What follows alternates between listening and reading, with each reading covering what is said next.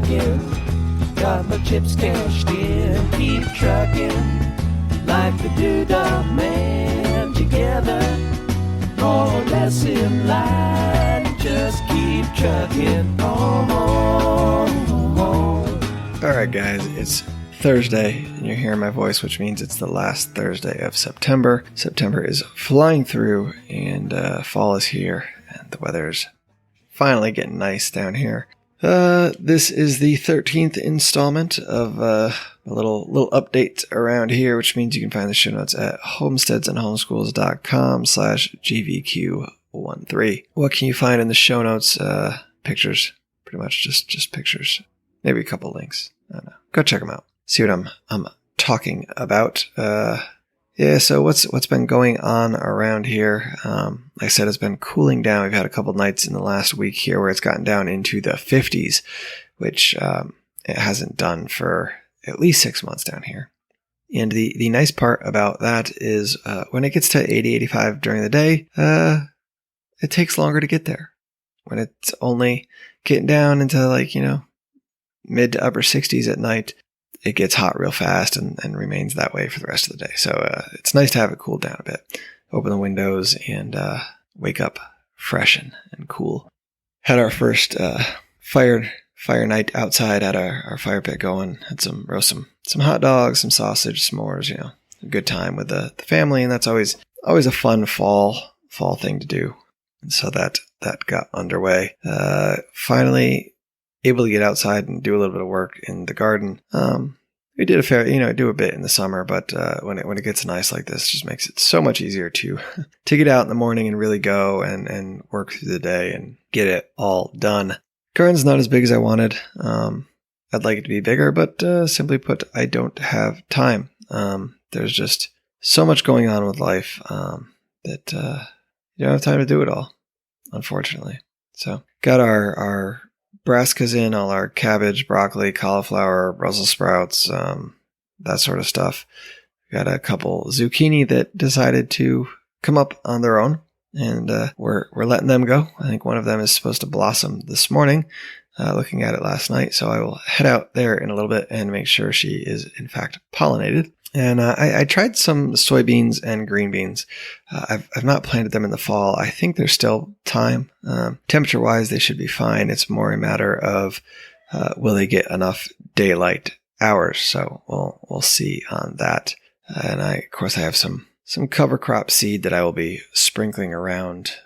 Unfortunately, we might be pasturing in the garden area. Still have to figure it out. I think we want to get a third pasture going just to kind of rotate things through. And so I think that would be the place to put it. And so we might pasture in the garden area.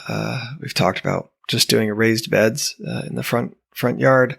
Our soil is just very difficult. And so having a raised bed, I think we'd have a little bit more control over that. So it might be something we do. I'm not sure. It won't be this month. Might be this winter though. Kind of sad. Makes me sad. I like that area, but it is what it is. What else? The chickens are doing well. They are growing. Son has a couple of chickens that he's breeding them out and seeing, and they're making some interesting colors and combinations, and we'll see what happens with those guys. But he's going to keep his own flock here and raise them up for their eggs and whatnot. And we have spent the last couple weeks building a chicken tractor. We've been working on that. That is just about completed, so that will be good. And then I am in the process of building a brooder because this comes out on a Thursday, and tomorrow, Friday, I will be headed down to Bob's Biddies to pick up some Cornish cross, some broilers, some meat birds, and bringing them back here. And I will let you all know how it goes. They are a little mom and pop operation, and they are a lot cheaper than some of the commercial hatcheries. So we'll see what happens, see how it all turns out. Hopefully it works, because if that's the case, it's a whole lot cheaper. We'll leave it at that. So fall, you always start worming the goats. We've wormed them. We are trying to get a microscope to try to run our own fecals. We bought a microscope at one point, but it was just giant piece of garbage. Sent that back to Amazon quite quickly, and just haven't picked up another one yet. So that will be something I think on our list of things to do. Start teaching the kids how to do a fecal, learn it myself, and get them involved there. Of course, now is the time of year to when you're worming, you're looking them over and stuff, and we are realizing that we are our nutrition around here for the goats is not the best. And I think a lot of that has to do with our water. I think there's a bit too much iron in the water, and I think that is causing some other problems for them that we have to rectify. So that, of course, is on the list of things to do. Oh, I don't know. I think that's it for the list of things to do outside. Things are coming along, and I don't think we have any more big projects that we're trying to add on right now. I think we're just trying to manage the ones we have because there are a lot of them. But on to school. Our youngest two are in public school. If you listen, you'll know that it wasn't an easy decision for us to make. It has its perks, has its downsides, and it is where we are. It is nice in the sense because it's a little quieter around here during the day, and we can kind of focus on the older twos, school and stuff a little bit easier. You get a little bit more done around the house when you're not constantly having to check the front door or the front lawn to make sure that no one has escaped and is making a run for the road. It makes things a little difficult. So that's kind of controlled for now. But at the same time, it adds a whole other level of stress and just craziness. Getting people on buses, off buses, getting people to school, getting out of school.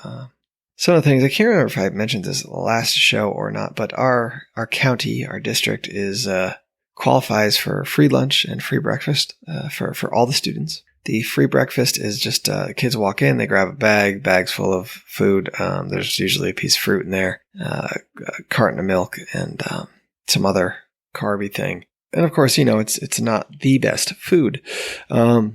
I guess when you figure out where the contracts are and who's producing that food, you realize that's kind of why you get some of the food that you get, like the Cocoa Puffs breakfast bar, cereal bar that came in the bag. And I know there's less sugar than the Cocoa Puffs you get at the grocery store, but at the same time, I don't know, just kind of seems strange that you'd be giving kids a Cocoa Puff bar in school. I don't know. I remember as a kid, they took soda machines out of school because you couldn't have that kind of sugar, but you can have this other stuff. So I don't know. I guess wheat, getting your grain in there makes everything okay. But then, of course, for lunch, every student gets a free hot lunch. Unfortunately, that also means if you bring a packed lunch from home, you still have to take the hot lunch. I don't know if that just is numbers and they need to serve a certain amount of lunches in order to qualify, so they just dish them out to everybody. I'm not sure how that goes or why, but even if you bring your packed lunch from home, you still have to take a hot lunch. And of course, as you can imagine, any 5, 6, 7, 8, 9, 10-year-old, they're getting a hot lunch that has, a piece of pizza and some chicken nuggets or whatever. That's what they're going to go for. They're probably going to issue the ham and cheese sandwich that you sent in, or the peanut butter and jelly, or bologna and cheese, or whatever it is you sent in. That's probably not going to get eaten. They're probably going to go for the school lunch. And it's kind of like, well, why do I have to take this? Why does my kid have to take this? I don't get it. I don't get it. But it is what it is, I guess, when you participate in that system. Another thing with the food, you can't send anything in from home for a snack. Right? Every student has a snack, and as a kid, it used to be, you bring your own snack to school. It doesn't work that way anymore. You get snack once a month, and you send it in for the whole class. So you can't make snack anymore. You can't make a bunch of cookies and send them in. You can't make some cupcakes and send them. You can't cut up some celery and send it in. It has to be prepackaged from the store. On a child's birthday, you can't make cupcakes and send them in. It has to be prepackaged from the store. And you cannot go in with your kid on their birthday. As they get older, that's not that big of a deal, but for these younger kids, that's an important thing. It's their birthday and they still get excited over that stuff. And it's nice to be the center of attention with your parent in the classroom and feel like, you're important. And that is no longer the case. Parents aren't allowed in the building. That's the way it is. So I say not allowed in the building. You can't go past the office. So you're free to go in the first 50 feet of the building. And after that, forget it. 30 feet of the building. So, prepackaged food. It's all prepackaged. That's how it's got to be. And I don't get it. That prepackaged food is just as likely to have, Listeria, E. coli, Salmonella, any of the foodborne pathogens in it that, you get from home or, COVID, right? I imagine that's why we're doing this now, right? You can't, don't want to bring COV in from home. So we'll prepackage it. Got to cut down that influx of things from outside the school building. Let's just keep it all sanitized. And it's mind boggling. Some of the procedures that they go through, keeping kids sitting together on the bus because they're family. So we'll put the other family in that seat. We'll put this family in that seat, and then they won't spread germs, right? Okay, because kids don't play together in school at all. So I guess keep them separate on the bus. That makes sense, right? What else? We got the masks. Kids got to wear their masks all day, which you just look at these paper masks, and what are they doing? Holes on the side. They're not stopping anything. They're not doing anything. It's just can you follow these directions kind of thing. And you walk by some classrooms and you'll see teachers when they think no one is looking, take it off. And so I think a lot of it is just show. You got to keep the lowest common denominator feeling safe. And I'm done with it. I'm over it. And I think people just gotta think about it a little bit, right? We just gotta think and I don't know. When you look at those masks, I just don't understand how anyone can suggest that they are stopping the spread of anything. All that air, all that vapor is still just coming right on out. Even the N95s, right? They don't protect air coming out. They stop stuff coming in, not out. So all the nasties that you're coming out of your mouth are just going to go right back out into the air. And another thing, this is, so the preschool, they take naps in the afternoon. They lay down and they all have a little mat, and the mat has a sheet on it. And typically the sheet gets sent home at the end of the week, and parents clean it and send it back. That is not the case this year. To prevent, the amount of things coming in from home, it is the preschool teacher's job to take the sheets home at the end of the week, wash them all, dry them all, and bring them back to class on Monday. I don't even know. Like, I can't even understand the logic. I just don't get it. I just don't get it. If you understand the logic, please, guys, let me know. Tell me why. Tell me what it is about a sheet getting washed in your washing machine, put in your student's backpack, and sent back to school on Monday. Tell me how that is help spreading COVID. Anyway, guys, that's all for this week, this month. Hopefully October will be getting more into the swing of things, really getting stuff going and moving along.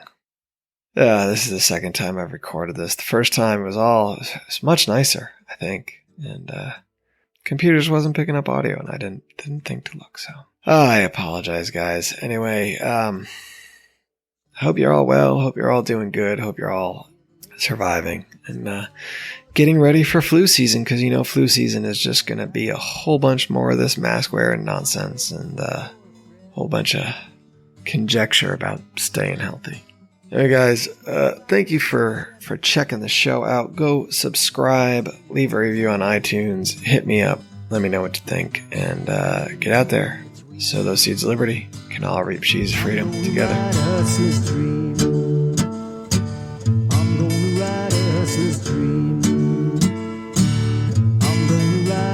His dream.